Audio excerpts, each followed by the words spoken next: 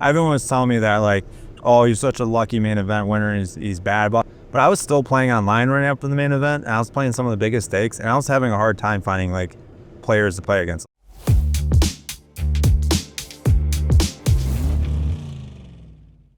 Summertime here in Las Vegas, which means two things. We got the World Series of Poker in town, and of course, 888 Ride is back. Today, one of my favorite people in the poker world. We have 2009 World Series of Poker main event champion, Joe Cada. How are you, my friend? Good, how are you? I am great. I'm doing good too. So you and I go way back. I mean, obviously, Oh yeah. you win the main event, and then right around a couple of years after you win the main event, I get the commentary gig at the World Series of Poker. And you were like one of my steadies in the commentary booth. Like, We did quite an amount of commentary together. It was fun. I like doing commentary. yeah, no, and by the way, I really appreciate that, because there were some people like, Doc, I can't do it, I can't do it. You were always up for it.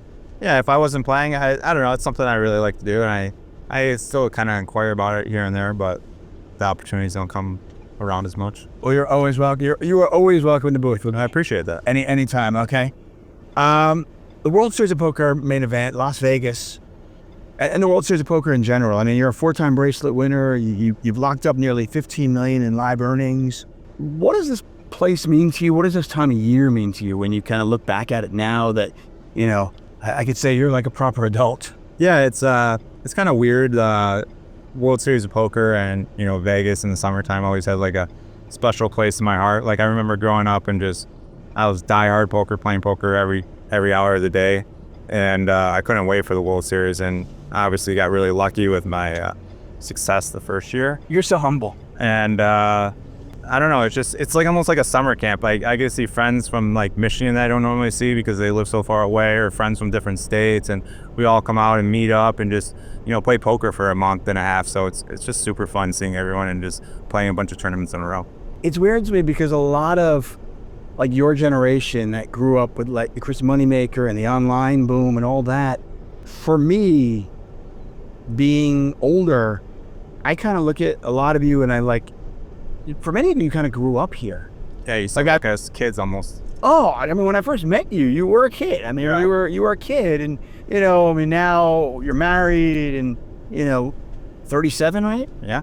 So it's like, you know, you're like an adult now. Yeah, I know, it's weird. It's really weird. We never fully feel like adults when you're adults almost. No, But I know. We all feel like kids in a way. I still please. I mean, like, when something happens and my kids look at me like, Dad, what are we doing? I'm like, why are you asking me? Yeah. It's funny, when you grew up, you always thought like your parents like knew everything and that they're like true adults, and it's like we're all kids growing up to be adults, and we're all like guessing what's going on around here, learning from our And you realize previous experiences.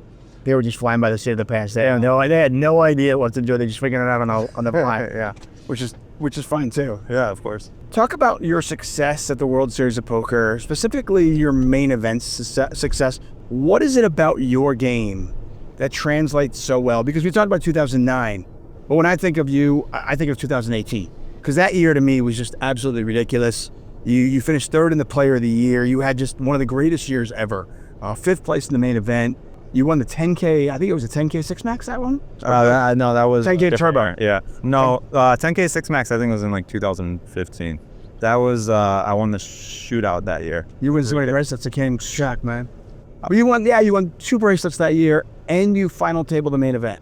What is it about your game that translates so well to these big field tournaments? I mean, I don't know. That's a tough question. I think a lot of it's to be on the good side of variance. God, stop! Yeah, see, I know you. I knew you were gonna come in the car, and I knew you were gonna be like play the humble card. Well, no, I've always been that way in poker. Like, I'm just like a math statistic guy, so I know like odds and percentages and expectations. Like, before I went out to the World Series my first year, like all my friends had like super high expectations for me because I was playing some of the biggest games online. I was consistent like for 4 or 5 years. Like, I had my house paid off. I had a bunch of money. I mean, I was not frugal by any means. So like, but I was making a lot of money when I was 18 to 20, 21 years old. So when I went out to Vegas, like all my friends had this expectation for me that I didn't quite have because I knew how MTTs work. Like even that year, like I got into MTTs around 2019, 2020. I was mostly a cash game player. Right. And I think in the first year or two, like on Full Tilt and all these sites, I was I was ranked in the top 20 on official poker rankings. I had like 500 some K in profit. I had like insane ROI. But it's like, again, like I played tournaments on Sunday and I played cash on during the week. And come out to World Series, I knew these events had thousands of players, so the likelihood of winning one was rare. And It's insane. I mean, and the likelihood of you winning one is insane. The likelihood of getting back to the final table and finishing in fifth. I remember the event right before my first main event. It was a 1,500. We're down to the final 18 players. I'm like, this is my chance to win a bracelet. There's thousands of people. This is like my first year out of the main.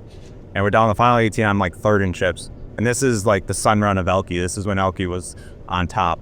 And I still remember this hand from 2009, 16 years ago. By the way, good poker players they have like this crazy memory. Oh, yeah. You remember a hand like 18 years ago. I remember hands that I've been bluffed in from like 13, 14 years ago that just are engraved in my, like I got bluffed early this series too. And I probably will remember that hand for the next like 15 years. Like, okay, give me this one now. Here. The Elke one you said? Okay, the Elke one.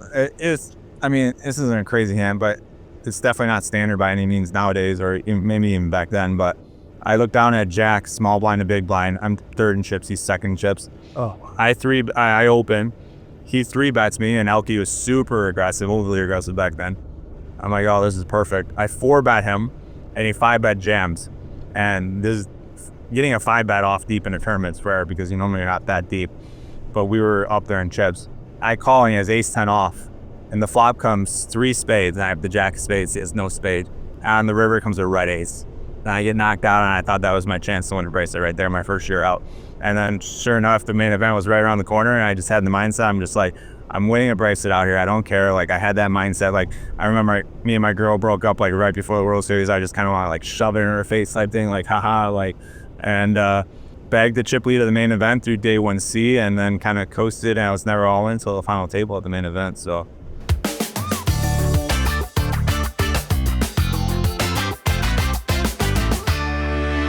I remember in 2009 watching the footage, and I was already in poker commentary at that point, but I wasn't working for the World Series of Poker. Maybe I'd done some stuff for Europe, I don't know. But anyway, I remember the pocket threes hand. Oh, yeah. Where you hit the set. And I remember like in the forums, and a bunch of people had no idea how good you were like, oh, that kid just lucked his way in there. There's no, and I try to point out, I'm like, hey, listen, man, the power of editing, we can make Phil Ivey look bad if we want to. Yeah, I always said that too. Like, that final table was one of the longest final tables. It took over 20 hours, and that was when they weren't doing the live footage. They wrapped everything up in an hour, and then that's an hour with commercials. So you get like maybe 40 minutes of coverage in the 20 hours. So they see 4 hands. So they can like, it's all like entertainment and storylines, and it's like, what kind of story do you want to tell? So you have all these different hands to choose from throughout the 20 hours, and they can, whether like this kid, like, clearly I got lucky. Like, there's no denying that. There was also a lot of hands that I played that I thought I played really well that weren't shown, and then there was also hands that I thought I actually made that were my bigger mistakes that no one ever talked about, but they talked about the small pairs that I would do again. Like, the situations were very unique. Like, for example, like the threes, it was 5-handed. I already saw Schulman early in this tournament open 9s and fold 9s off button for like 17 bigs he talked about. So I knew that like he's capable of holding the medium pairs, the 7s, the 8s, especially when he opens. And he's open as the king jacks, the ace 10s, the queen jacks, the suited connectors. And that's all going to their luck. And it's like I'm the shortest stack, so there's no ICM implications. There's 5-handed. I got a pair. 2009, were you already thinking about like ICM then?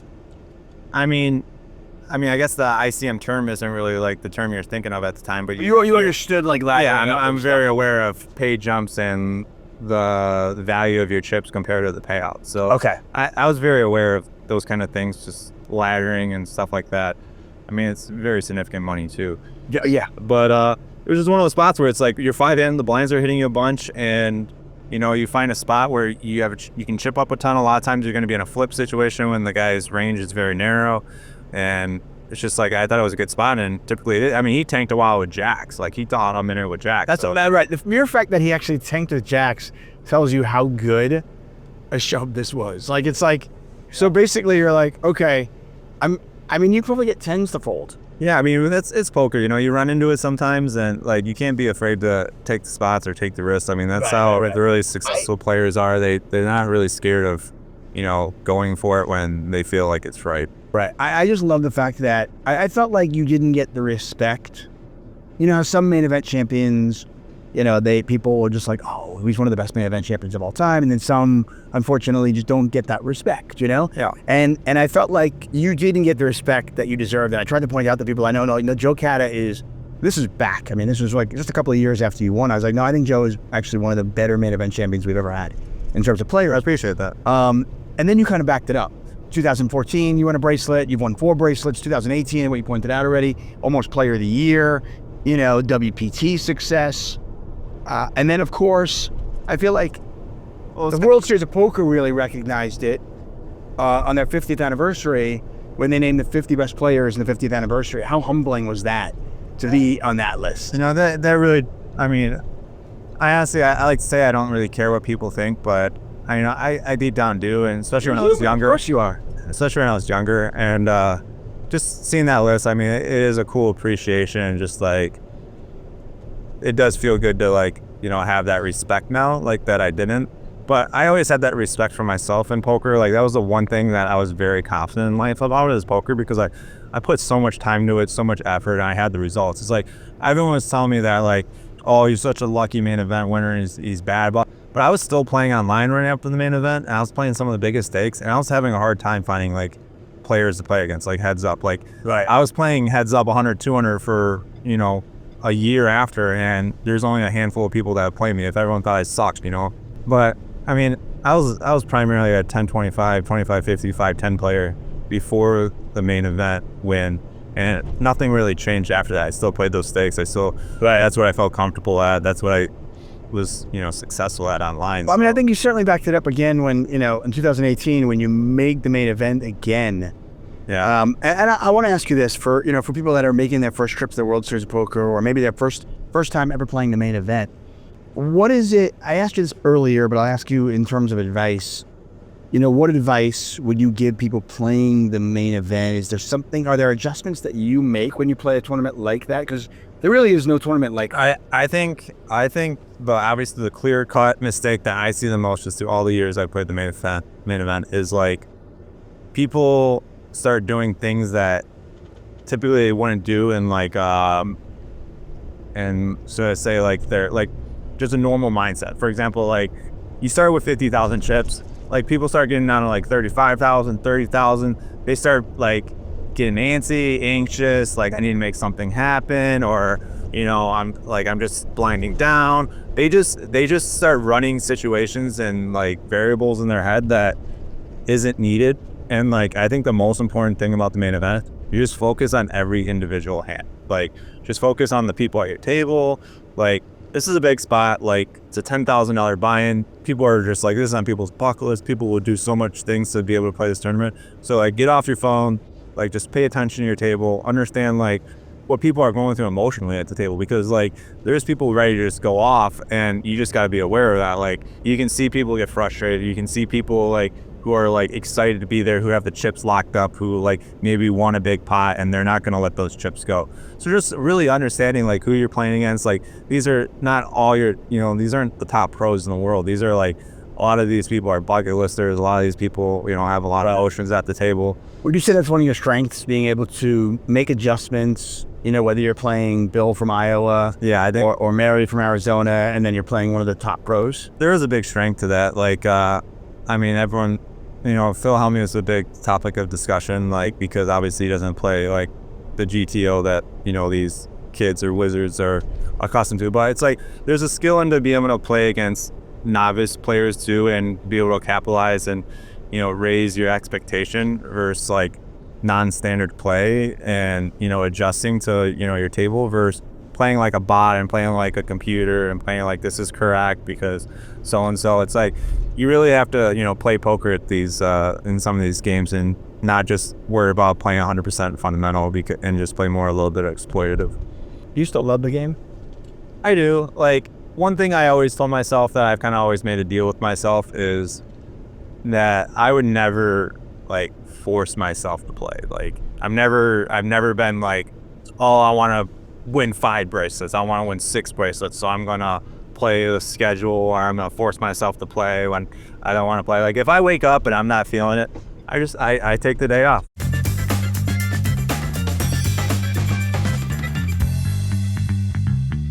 Is there something at the World Series of Poker, or in poker in general, that you have not achieved that you'd want to?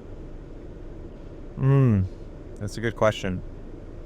Or are you content?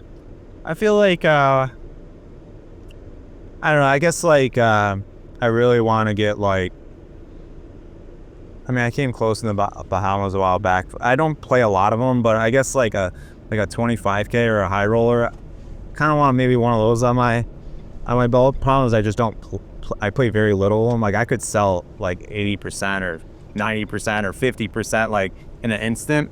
It's just like, again, like I won't like, I've never been a chaser. Like I never, like if I felt like I don't belong somewhere, I won't play it. Like, but I do feel like I belong in those games. I just sometimes like, I just don't put that pressure on myself or put that, I don't know. I don't challenge myself enough sometimes, I guess, nowadays in poker. Right. And partially because maybe it's a confidence thing. It's funny, like every time I get into poker or I start poker back up online or I take a long break, I'm like, do I still got it? Like, can I still win? Like, are these guys much better now? Like, I haven't been putting in the work. These other people, like, I come up with all these like situations in my head. And then like every time, like after I play like a day online or a couple days online, I'm like, why did I stop? Like, why did I take a break? Like, I like, this is like, I still like, if you are out, you go, God, all this time still adds up. I still got this muscle memory. I still like, these guys are still making mistakes that I can see are mistakes. Like, obviously there's not every spot I'm like 100% confident in, but like, I know majority of things.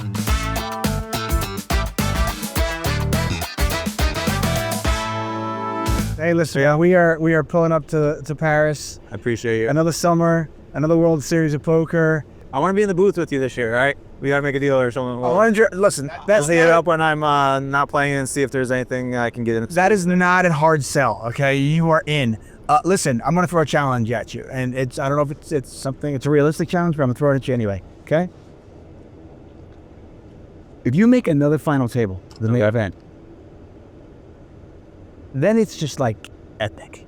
Then it's all time. Yeah, 3? Especially in three different decades. Hopefully. That would be That's so the idea. cool. That's why we keep playing it, right? Yeah. Hey, 2009 World Series of Poker Main Event champion, 4-time bracelet winner. The guy is an absolute stud and a soccer coach. So what's not to love? Hey, good luck. Good luck. I appreciate it. I really do appreciate you. Love you, brother. All right, love you too. I still owe you like a case of beer, I believe. You owe me like 4 cases of beer. I have 1 case. I don't forget bets.